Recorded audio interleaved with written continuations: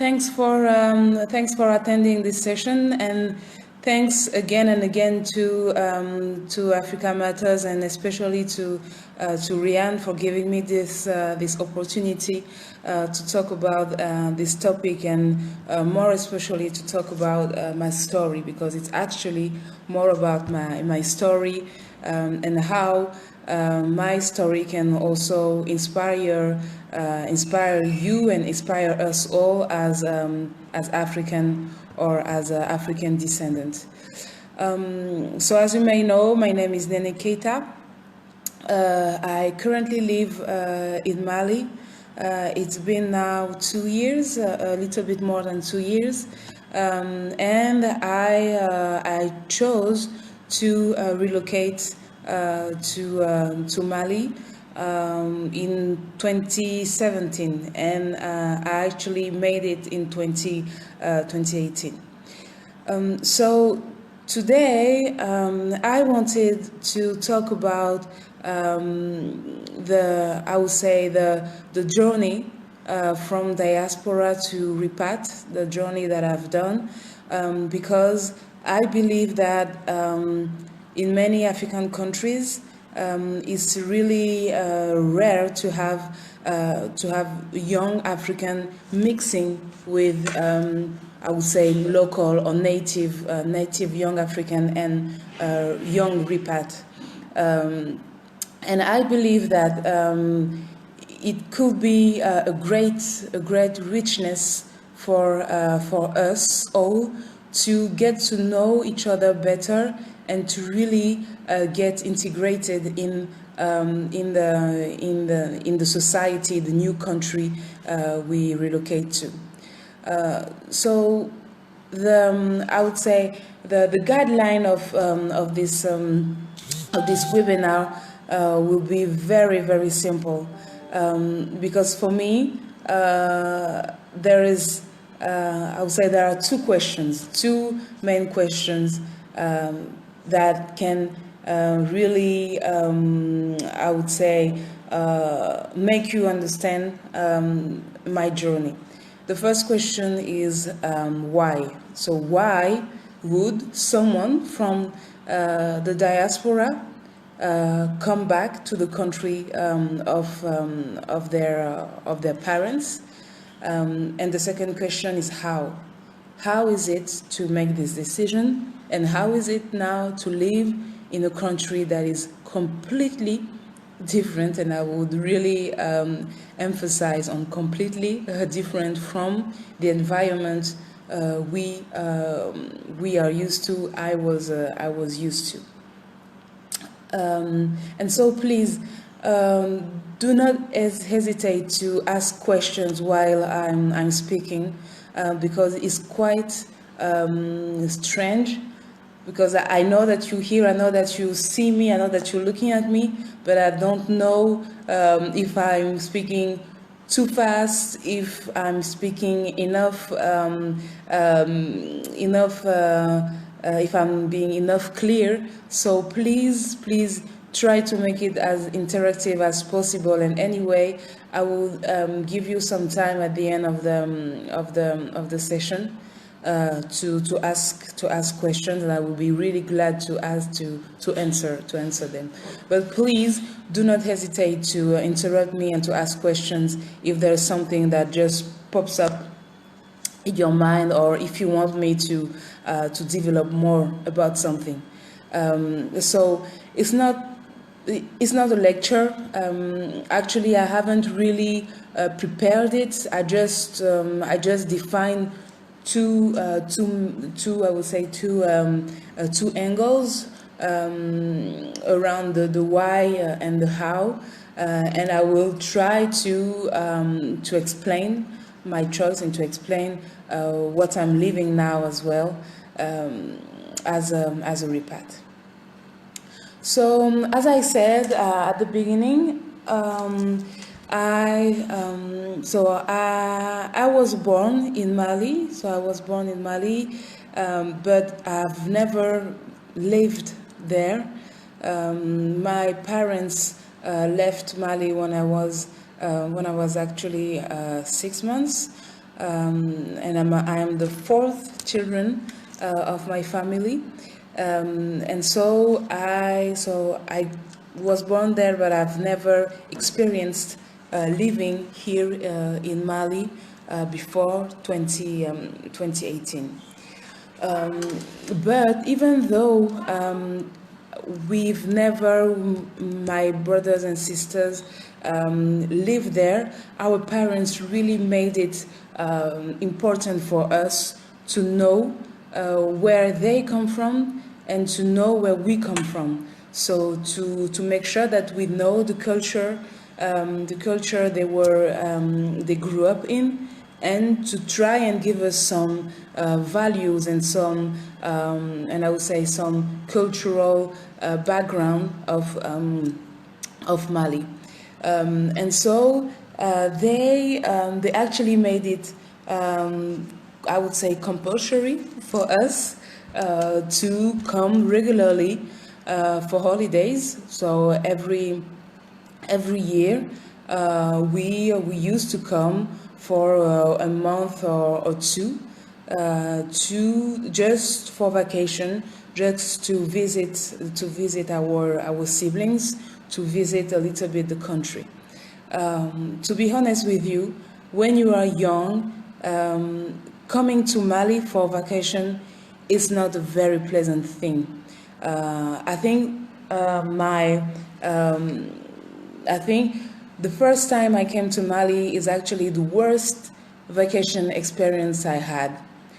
I'm saying this because when you grow up in Europe, when you think about vacation, when you think about holidays, you dream of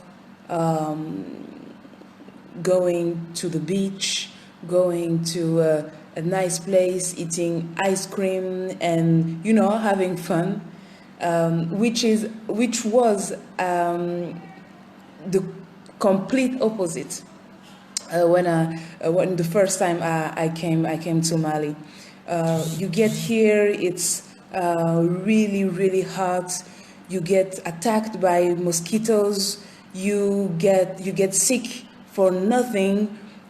You visit people you've never seen before. You visit people you don't even care about. You visit people you didn't even know they were existing. So it's very it's not very fun at the first time. But then we came and visit Mali several times. And then at some point, when you grew up and you get to know a little bit more your cousins and your siblings back there, and you also get more autonomous, you start to enjoy coming here, and to enjoy just changing your environment. And so I spent my I would say my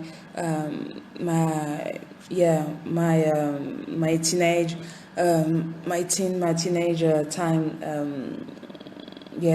in France. I got graduated in France. I started working as a recruiter, as a headhunter, and so I really didn't plan to relocate to Mali. It wasn't in my plan at all. My mother used to tell me every time that she believes that our future was in Africa. I listened to her very carefully, but I didn't plan at any point to really relocate somewhere in Africa. But then you get to a point in your professional career, in your life, that you actually ask yourself, you wonder, what am I doing here, and how relevant and how useful is what I'm doing here as a professional in France, in the UK, or wherever. And I got frustrated at some point because I realized that what I was doing wasn't really serving anything that I really cared about. My job was very interesting. I had, I would say, a pleasant life. I couldn't complain about my lifestyle and so on, but there was still something missing. And so you start this journey of asking yourself, what do you want for your life? What do you want your professional career to look like? What do you want to achieve at the end of your career, or even at the end of your life? And then this is how I realized that actually maybe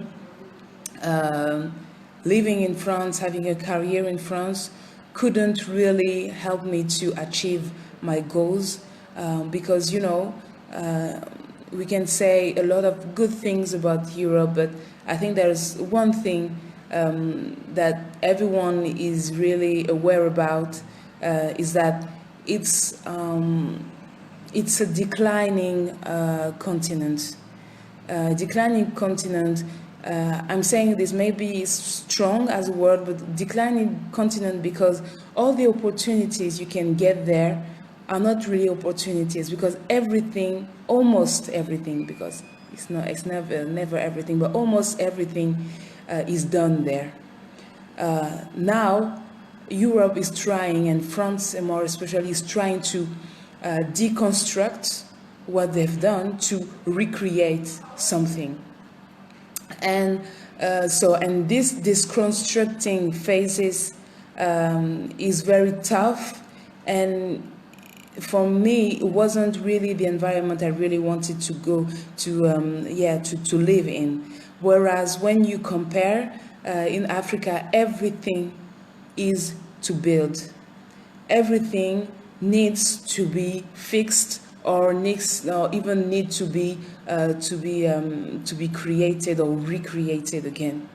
And so I think that this is this passion for impact and for really having a life that will mean something for myself, but also for others, that really made me realize that maybe my future was in Africa, and more especially in Mali.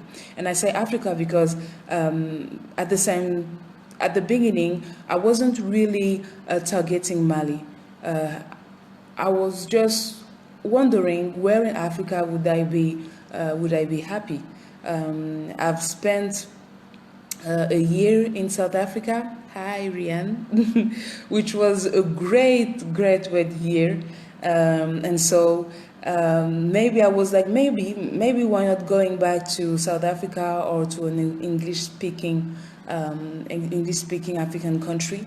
But then I realized, and I told myself, what you're going to do now is enough difficult for you to go to a country you don't know nothing about. So try to make it easier and just choose the country that you know, the country of your parents. And so this is how I started my I would say my processing. In 2 years, I went to Mali three or four times, you know, just to discover the country in another way, to meet professionals, to meet companies, and so on, just to get to know a new angle, a new face of the country, because I know about the social life, I know about the social, well, I know. I thought I knew about the social life and everything, but I didn't know nothing about the professional and business environment here. And so I've done those trips here just to try and feel how it will be, how I would feel working here. And so this is also how I met my husband. So I met my husband during this process, and as you may guess, when love comes comes in the plan, it makes it everything easier, and everything becomes way more, I would say, obvious for you.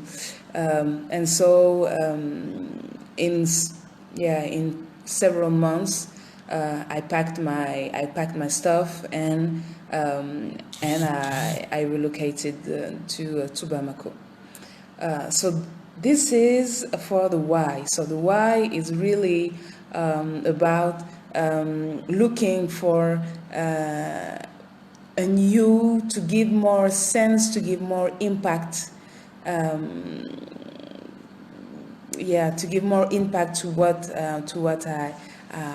I was doing as a professional, and even as a person, especially. Yeah, and Mama did say your future is in Africa. She knew she knew she knew way before that it was going to happen. And so this is also why she was very encouraging, and she was really happy for me when I decided to do so, and to follow the destiny to follow the destiny she wanted me to have. And so this is for the why, and now for the how. How to relocate, how to adapt to a new country, to an African country, and how does it feel now to be living, working here. First of all, to be very honest with you, I would say that the first months were quite, it was fascinating. I loved everything. Everything I was discovering was great. Everything I was doing was great. Everyone I was meeting was great, and so on. So this is what they call the honeymoon. The honeymoon. I think the honeymoon. But then you start seeing the realities, the real Malian life, with all its flaws, I would say, and vices as well. So when I started here, I was the director of an incubator that was called DiaspoHub. They used to support entrepreneurs from the diaspora, so people with the same profile as mine, that will come back to develop businesses and to create companies. So this is what I did for a little bit less than 2 years. And so this job was also a great opportunity for me, just to as well to keep a foot on both sides, I would say, because the objective, the goal of the incubator was also to create this connection between diaspora and Mali, between the Malian diaspora and Mali. And so it was a great opportunity because you get to meet many people from both sides, from the French diaspora side, but also from the business life, the Malian business life. So it was a great way for me to facilitate and to ease my integration here. Then after this experience, which was also, I would say, at the end a painful experience, because I got well, it really ended with trouble, I would say. And so this trouble also made me question my choice and made me question my decision. So I was wondering, did you make the right decision? Were you really ready for this, and so on? But then I decided to create my own consulting firm, because I deeply believe that entrepreneurship and startup and innovation are going to be the new way to do business in Africa. For me, there's no way you can have successful business without innovation. And if you want successful business, you also have to have great incubators and great consulting firm able to support and strengthen those company and those initiatives. And so, sorry. Oop. Sorry.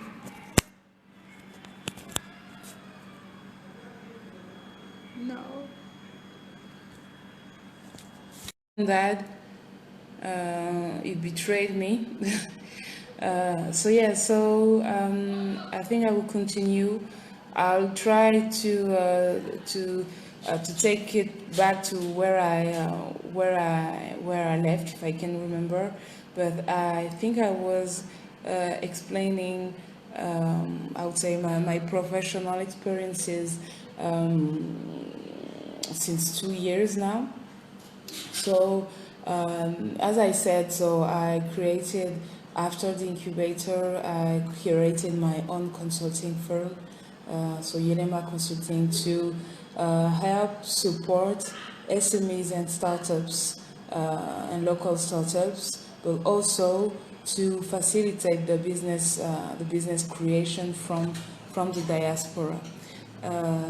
And so you actually have to face through this journey a lot of misunderstanding, misconception about being a repat, I would say, because for I would say former diasporan, if I can call it so, you come back here, but you are still not really an African. You are more a European. Sometimes you can even be called white or whatever, or European, or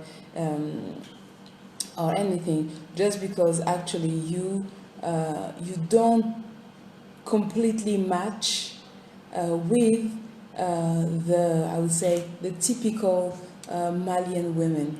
And so this is why sometimes you kind of get a little bit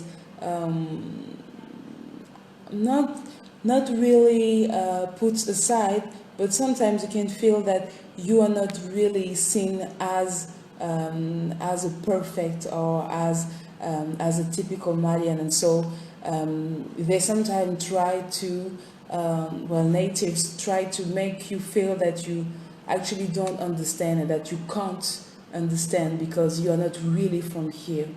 But then, you actually have to be clever enough to know how to play with it. And this is actually how I went through, and I'm going through this adaptation. I actually play with these stereotypes and this way of saying that you're not really from here. Sometimes it can be in my advantage to to be able to say, yes, I don't know how it's working here, because I'm not totally from here. in some situation, for example, when sometimes you can have some behavior towards women, well, men will expect you to act in a certain way, or they will expect you to react in a certain way because you are a Malian woman, but actually no, you are not. And so in this type of situation, I really play with it, and I say, yeah, I think, yeah, a Malian woman would have reacted this way, but don't forget that I'm not. And so there are some things that I'm not able to accept or to understand because I'm not really from here. But then at the same time, it's also a way that some people would even try to make you believe that you are not good enough because you are not enough from here. But as long as you don't take it personally and that you know how to play with it, you can overcome it easily. And now, in 2 years, I've actually learned how to ignore those type of reaction, but also how, as I said, how to play with it in a clever way, and how to balance, I would say, my European culture and my new African culture, and this is something that is quite that can be quite interesting, you know, to know how to balance and how to play with this double culture when it suits you. so yeah, and then from the other side, looking at it from outside, I was actually quite surprised about how my siblings, my friends, my family were really supportive when I decided to do it, and even from now, they actually look at me in a very admirative way. They really believe that it was a very bold decision, and a bold decision, but also a very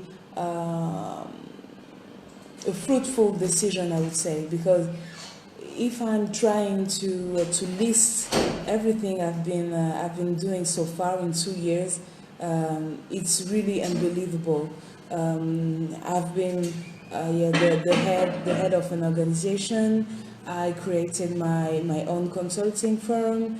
I also got the chance to be a Yali last year. I've participated to a TEDx talk. And all this in 2 years, and I'm pretty sure that if I was still in France, I wouldn't have done so many things in such a short time. And so I'm really happy for this, and I'm also looking forward to what it will come next for me. And I believe that my journey will, I hope, inspire other people like me that don't actually realize how advantageous and how lucky we are to have this incredible double culture and this opportunity to relocate in a new continent, to recreate a new life and so on. But at the same time, you really need to prepare for this relocation, and to be prepared to learn, and to be prepared also to receive some lessons, some tough lessons sometimes, but to be prepared to learn and to go through some tough episode, I would say, of this journey. I think that I would stop here, and I will let you ask questions and ask question, or maybe just give me some reactions about what you think, what you thought, and just share ideas about what I just said. And so please don't hesitate to ask any questions.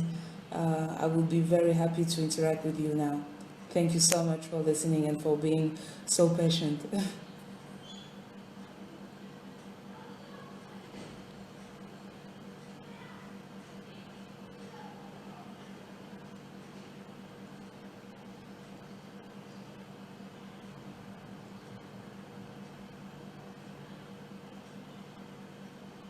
Thank you, Zuva. I think I'm...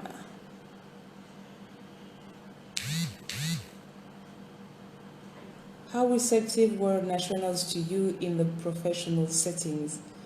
Thank you, Rianne, for this question. How receptive? I think, well, they were quite receptive and quite welcoming, because one of the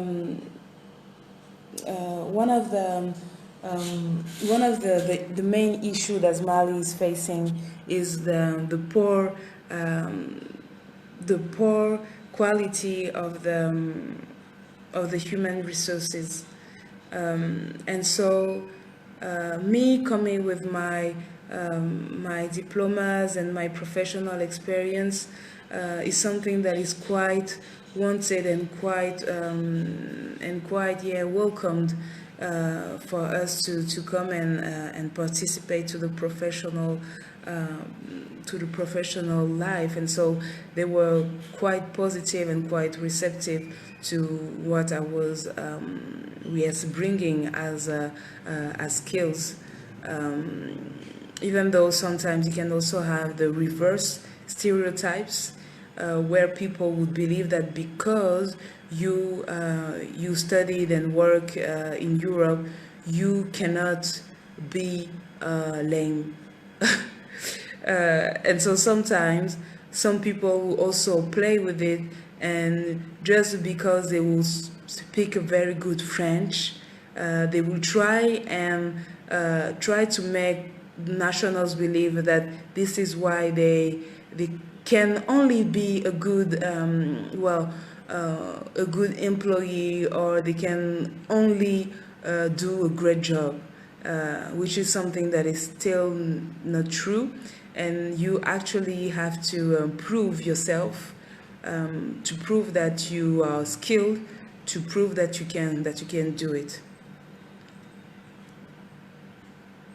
Do you need to have a certain amount of money to relocate? Not really. I would say that when I relocated, I had some savings that I actually almost all spent in my wedding. So I wasn't, I didn't have a certain amount of money, and the chance I had, I was lucky enough to find a job before relocating, which makes it really easier for me, because I started working, and so I had my salary at the end of the month, etc. So I didn't need to worry about how I would live there. And I lived in my uncle's house, in the big family. So even to have somewhere to sleep and to live wasn't really an issue for me.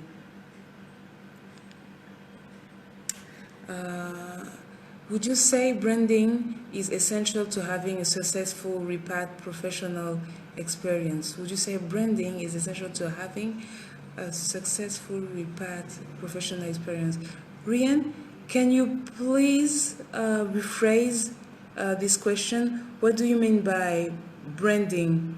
You mean to build your reputation beforehand, or yeah, please, can you please rephrase it for me? Thank you. So I will jump into the next question then.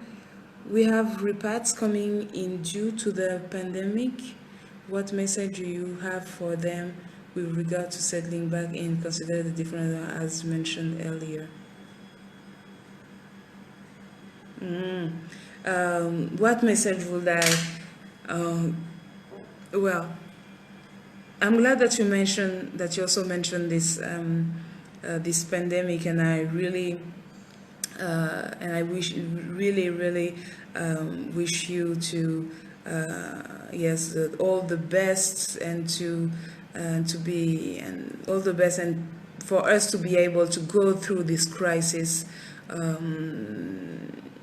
all healthy, because this, I would say that this crisis is also questioning everything, is questioning the world dynamics, and is also questioning the way we live in Europe and in Africa. And so for those who are coming in due to this pandemic, I would say that the continent will either win or lose from this crisis. But anyway, if we win, we have to be there. We all have to be there, because it's going to happen. Everything is going to happen here. I mean, it's going to be the place to be, because we will grow stronger, and opportunities are going to be great, and to be huge.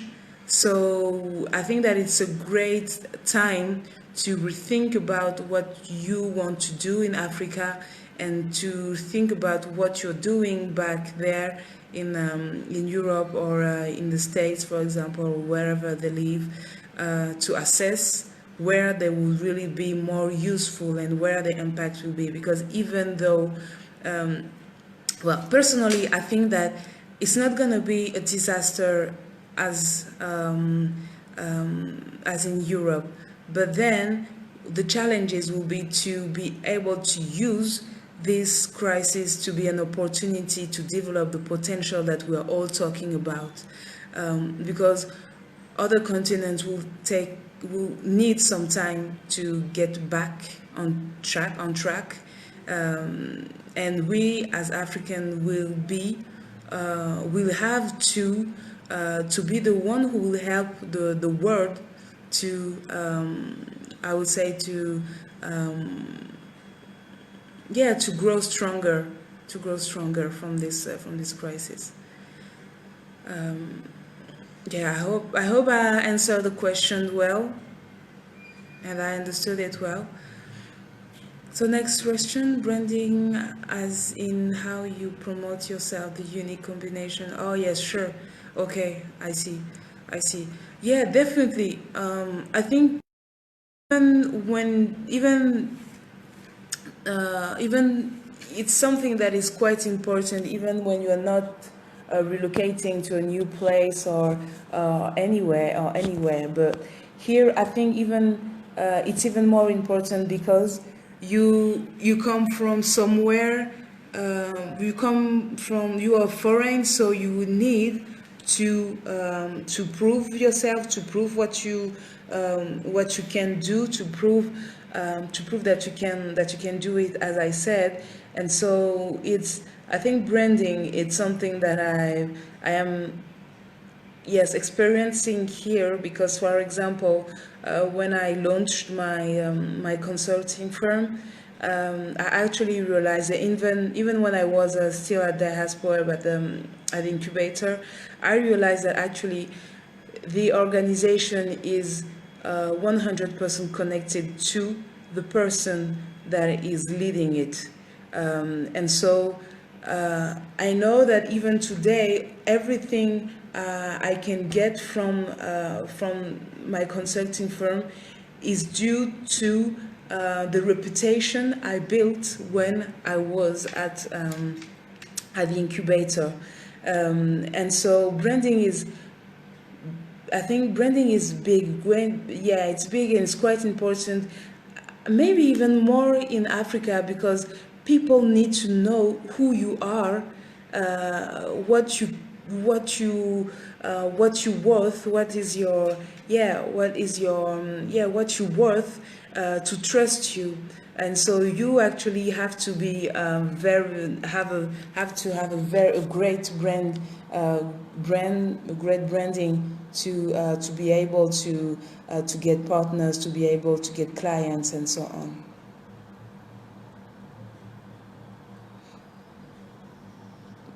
Can you speak a bit more about your consultancy? Does your support you with the SMEs idea? Can you speak with? Okay, yeah, sure. So the consulting firm is actually addressing the startup environment, startups and innovative SMEs, because what I realized when I was at the incubator is that you have many incubators opening and helping, I would say, beginners, entrepreneurs to create companies and to launch them. But then when it comes to making sure that the startups will become an SME and then we hope to become a big company, no one is really tackling this issue of growth, this issue of how to make an entrepreneur become I would say, a CEO, and then become an employer, and then just become I would say a shareholder in its own company, in the company he or she builds he or himself. And so the consulting firm is trying to find solutions on how to support the growth of the startups, so that those local startups can be in 10 or 20 years the future multinationals, the continental multinational, or even the international multinationals.